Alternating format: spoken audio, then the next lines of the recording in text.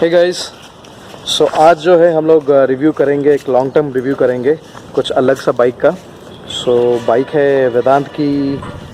आपको पीछे दिख रहा होगा शायद, बाइक रॉयल एनफील्ड है, हाईवे किंग है। तो आप देख सकते हैं इसमें बहुत सारा मॉडिफिकेशंस उसने किया है, सीट से लेके लगेज तो कैरियर्स, फिर क्या क्या नहीं किया है, तो उसका रिव्यू हम लोग देखेंगे। Okay guys, welcome back again on Bulu Bikers channel. So this time I have a different bike. So this is Thunderbird, which I have been riding since 2013. So this video is about a long term riding video. So मैं हिंदी में ही बात करूँगा बीच बीच में. So बुल्लू भाई और मैंने discuss किया कि we'll mix everything so that everyone understands. People who don't understand Hindi, they can listen and understand in English, and people who don't understand English, वो हिंदी में समझ सकते हैं कि मैं क्या बोल रहा हूँ. तो पहले मैं बात करूँगा सारी एडवांटेजेस की एंड देन डिसएडवांटेजेस की, बट मैं इसको क्विकली कवर करूँगा. उसके बाद मैं बात करूँगा मॉडिफिकेशंस की, जो जितने भी डिसएडवांटेजेस हैं बाइक के, उनको कोप अप करने के लिए मैंने क्या मॉडिफिकेशंस किए हैं बाइक में.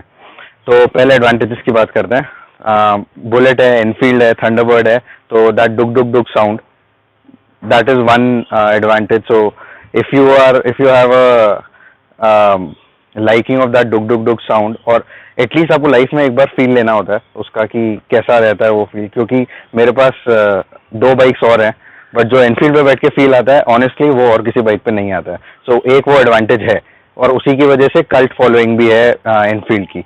तो पहला एडवांटेज वो है. दूसरा एडवांटेज, ये बाइक बहुत कॉमन है इंडिया में, सो इसके स्पेयर पार्ट्स कोई प्रॉब्लम नहीं है. It's so common. You will find spare parts in Ladakh, you will find spare parts in Kanyakumari, you will find spare parts in Assam or extreme end of Gujarat. So all four corners, anywhere you are riding, you can find spare parts of this bike, and you can get this bike repaired, because most of the mechanics are used to repairing Royal Enfield. So that is second advantage, and this is the reason why most of the time you will see people touring on these bikes, because it's very easy to be repaired at any point of time and at any place within India. Then the other advantage is the torque. So I'm talking about cost and the torque you get for it. So Enfields are known for the torque they produce, and the carrying capacity of Enfield is pretty great. So when we talk about, if you remember Republic Day parades as well, so you see 20 or 30, 35 people riding on one single bike. So that kind of governs and dictates what kind of torque there is in Royal Enfield.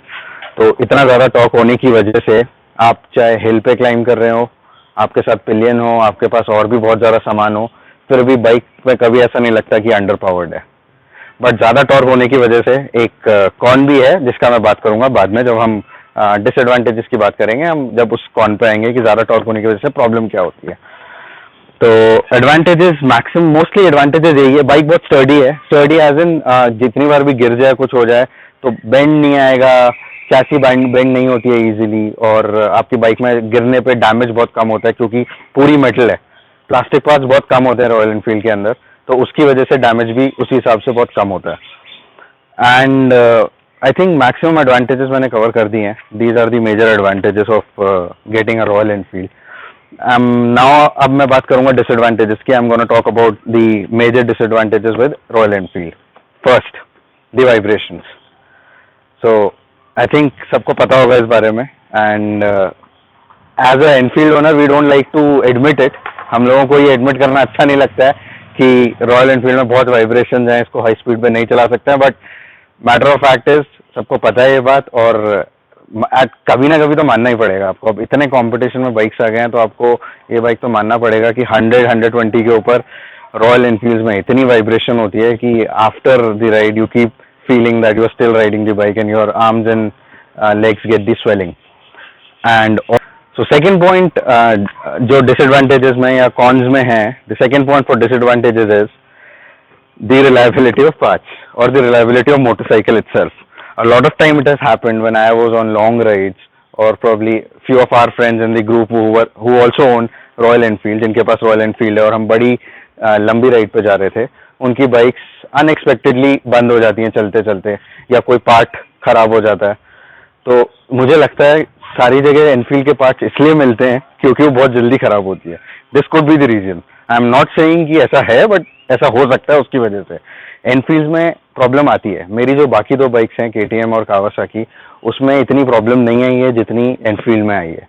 इसकी maintenance आपको, तो there is a saying, ऐसा बोलते भी है, कहावत भी है कि एनफील्ड राइडर जो होता है उसका बेस्ट फ्रेंड मैकेनिक होता है, और उसका रीजन यही है कि इसमें इतनी प्रॉब्लम्स आती है कि आपको बहुत फ्रीक्वेंटली मैकेनिक के पास जाना पड़ता है, तो उसकी वजह आपकी और उसकी टर्म्स बहुत अच्छे हो जाते हैं और वो आपका फ्रेंड बन जाता है। तो दैट इज वन पार्ट की रिलायबिलिटी। वाइब्रेशंस मैंने कवर कर लिया। Then third is the so Enfield, the intent of Enfield was not built to be a cruiser, as in it was not built to be taken for long rides. दो लोगों के पास option नहीं था, इसलिए उन्होंने ले जाना शुरू कर दिया। तो उसका रीजन ये है कि सीट्स कंफर्टेबल नहीं है लॉन्ग राइड्स के लिए।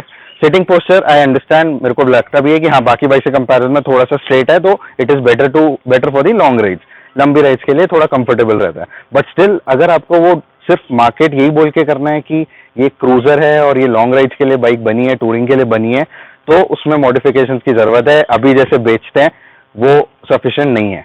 उसका एग्जाम्पल मैं दूंगा, और मैंने इसीलिए अपनी बाइक में बहुत सारी मॉडिफिकेशंस भी की हैं। आप लोग देख सकते हैं कि सीट चेंज है, पीछे बैक रेस्ट है, बॉक्स है, साइड बॉक्सेस हैं, आगे चार्जर है, फ्लड लाइट्स हैं। तो ये सब चीज़ों की ज़रूरत पड़ेगी अगर आपको टूरिंग करनी है एनफील्ड पे। तो अब मैं एक एक करके चेंजेस दिखाऊंगा और डिस्कस करेंगे कि क्या क्या मॉडिफिकेशंस हैं और उनका पर्पस क्या है करने का। तो ये छोटे फ्लड लाइट्स हैं, इसको मैं पार्किंग लाइट्स की तरह भी यूज़ करता हूँ क्योंकि थोड़ा स्कैटर करते हैं। तो बेसिकली ये एक्सपेरिमेंटेशन था जो मैंने किया था। पहले ऊपर भी यही लाइट्स थे, अभी ऊपर मैंने LED के फ्लड लाइट्स लगाए हैं। और बेसिकली इनकी ज़रूरत इसलिए पड़ती है, जो बीम है एनफील्ड की, दो पहले की एनफील्ड जो थी, बुलेट जो थी, उनके कंपैरिजन में बहुत बेटर है, प्रोजेक्टर लैंप है, बट स्टिल अगर आप रात को राइड कर रहे हो तो सफिशिएंट नहीं है, स्पेशली हाईवे राइड्स के लिए। तो इसलिए आपको ये फ्लड लैंप्स की जरूरत पड़ती है। एंड आई बिलीव जितनी मैंने एनफील्ड देखे हैं जो लोग टूरिंग करते हैं, सब ने ऑलमोस्ट लगवा रखे हैं। तो आई थिंक ये आप लोगों को पता ही होगा, this is very common modification which is done. Next, touring के साथ आजकल हम सब लोगों के पास स्मार्टफोन्स हैं, टैब्स हैं, और बुल्लू भाई जैसे लोगों के पास कैमरा रहता है, उसको चार्ज करना होता है। तो ये USB charger, I don't know why in लोगों ने ये नहीं दिया है अभी तक। नए मॉडल्स आए, हिमालयन आई, उसके अंदर भी नहीं है। ये अलग से लगवाना पड़ता है। एंड यूजुअली मैक्सिमम लोग लगवाते हैं, अलग अलग टाइप के चार्जर्स लगवाते हैं, बट सबको जरूरत पड़ती है at any point of time. कभी ना कभी तो आपको जरूरत फील होगी कि बाइक में USB चार्जर होना चाहिए, तो उसके लिए लगवाना है। पर मेरा क्वेश्चन ये है कि एनफील्ड लगा लगाया क्यों नहीं देती है, जब वो अपनी बाइक को as a touring bike. Guys, Bulu just informed me that the footage that we did record about me describing these boxes and their uses hasn't been recorded, or battery ran out or something happened. So recording this on my phone and will send it to Bulu so that he can include it in the whole review. So in the previous video which didn't get recorded, I talked about these boxes. So these boxes are very useful when you're touring. Bungee cords are a good solution. However, when you're going on long rides, you have to keep in mind that you have to keep fastening those bungee cords so that your luggage doesn't fall off. Also, if you have luggage on your pillion seat, you cannot ride with your companion. So since I ride a lot with my wife, so I had got these boxes retrofitted here. These boxes are sourced from bluegarage.in, cost around 9,000, and this is how they look from back. And these two lights you see here, these two lights light up when you press the brake, so they are connected to the rear brake lights. And it has a lot of space as well, so combining both the boxes, I really don't need to carry the luggage on the bungee cords or with a saddle bag or something. These two boxes are good enough to carry the luggage. And husband होते हुए तो दोनों आपको ही पकड़ने हैं, wife कुछ नहीं पकड़ेगी। तो अब मुझे गाली पड़ने वाली, क्योंकि मेरी वाइफ भी बुल्लू भाई की सब्सक्राइबर है। तो मेरी वाइफ का हेलमेट यहाँ जाता है और मैं अपना हेलमेट कैरी कर लेता हूँ। इससे बड़े बॉक्सेस भी आते हैं जिसमें दोनों हेलमेट साथ में आ सकते हैं, तो आप वो भी लगवा सकते हैं। हेलमेट बॉक्स यूजफुल होता है। अगर आप हेलमेट के लिए भी नहीं यूज कर रहे हैं तो लगेज रखने के लिए भी यूज हो जाता है। रादर देन पूरा एक साथ रखने की जगह आप इंडिविजुअल पॉली बैग्स में अपने कपड़े या जो भी लगेज है वो रख सकते हैं। तो ये काफी यूजफुल रहता है। मेरे पर्सनल अगर मेरा ओपिनियन आप जानना चाहेंगे तो मैं रेकमेंड करूंगा कि आप ये बॉक्सेस लगवाएं। इससे बाइक की थोड़ी सी लेंथ बढ़ जाती है, वो आपको ध्यान रखना पड़ेगा कि टोटल बाइक की जो लेंथ है वो बढ़ गई है। तो इसका आपको ध्यान रखना पड़ेगा जब आप ट्रैफिक में कट करने पड़ेगा। तो अगर आप डेली यूज़ के लिए भी बाइक यूज़ करते हैं तो बॉक्स अगर नहीं लगवाएं तो बेटर है। अगर खाली टूरिंग के लिए बाइक यूज़ कर रहे हैं तो एक्सटेंड हो जाएगा, तो कोई दिक्कत नहीं है हाईवे पे। Last point, seats. टूरिंग के लिए सबसे इम्पोर्टेंट फैक्टर कि आप जिस चीज़ पे बैठ रहे हैं, जहां आप तशरीफ रखते हैं, वो कंफर्टेबल होना चाहिए। The seats which you are using should be comfortable for touring. 100 kilometre तक नॉर्मल थंडरबर्ड की सीट या बुलेट की सीट ओके नॉर्मल है, आप झेल सकते हो। बट जब बात आती है 100 किलोमीटर्स के ऊपर, 500 किलोमीटर्स आपको एक दिन में करना है, 400 करना है या 200 किलोमीटर्स कर रहे हो आप एक दिन में, तो आपका बट सोर होने लग जाता है। इसीलिए आयरन बट करके बहुत सारे सर्टिफिकेशन भी इशू किए जाते हैं। वो क्यों है? वो इसीलिए है क्योंकि सीट कंफर्टेबल नहीं होती, लॉन्ग राइड्स में मोटरसाइकिल कंफर्टेबल नहीं होती, इसलिए आपका बट आयरन का होना चाहिए। अगर आपका बट आयरन का नहीं है तो सीट्स मॉडिफाई कराइए। जैसे ये है, इसमें पीछे लंबर सपोर्ट भी है, तो जिससे आपको बैक पे सपोर्ट मिलता है। ये सीट, फिर ये पीछे का बैक रेस्ट जो कि पिलियन के लिए बहुत जरूरी है। Guys, this is very important. So whenever if you ride with your wife like I do, or if you have a friend who wants to go with you on a long rides, it is very important for them to also have the comfort while you are riding. Since we ride, we don't realize the discomfort since we are busy navigating the bike through traffic or maybe busy riding the bike. The pillion doesn't have much to do. So they are the people who really feel the discomfort of riding or being a pillion in the bike. So the rear seat has to be very comfortable for them. So one thing where you can start is getting a good backrest. So that is one major thing which would provide a lot of comfort to the pillion, so that he gets a back support wherein he can put in his weight, her or his weight on the backrest as well.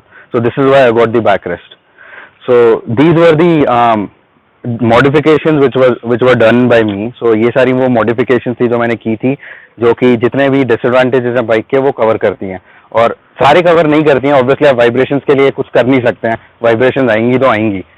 तो जो चीज़ें आप कर सकते हैं उसको change करके आप अपनी राइड को जितना कंफर्टेबल बना सके उतना बनाना चाहिए, क्योंकि लॉन्ग राइड्स पे अगर आप कंफर्ट नहीं है, कंफर्टेबल नहीं है लॉन्ग राइड्स पे, तो कोई पॉइंट नहीं है राइड करने का।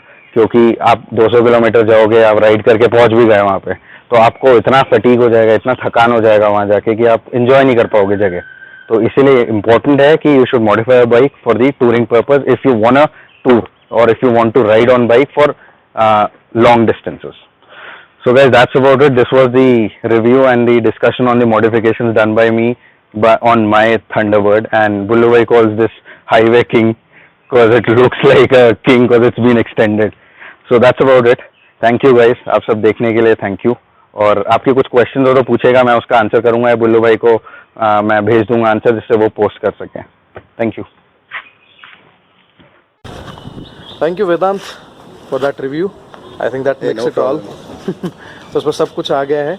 आई थिंक इट्स इम्पोर्टेंट कि जितने भी एनफील्ड राइडर्स हैं उनको पता भी होना चाहिए, और एटलीस्ट नॉलेज शेयर करने से बढ़ता है मुझे ये लगता है, and I believe in this. तो मैंने जो मॉडिफिकेशंस किए हैं मुझे लगता है वो यूज़फुल है। अगर मैं शेयर करूंगा और किसी और को भी लगता है कि यूज़फुल है तो यूज़ करने में क्या बुराई है। एग्जैक्टली। ठीक है, चलो, have a great day, bye.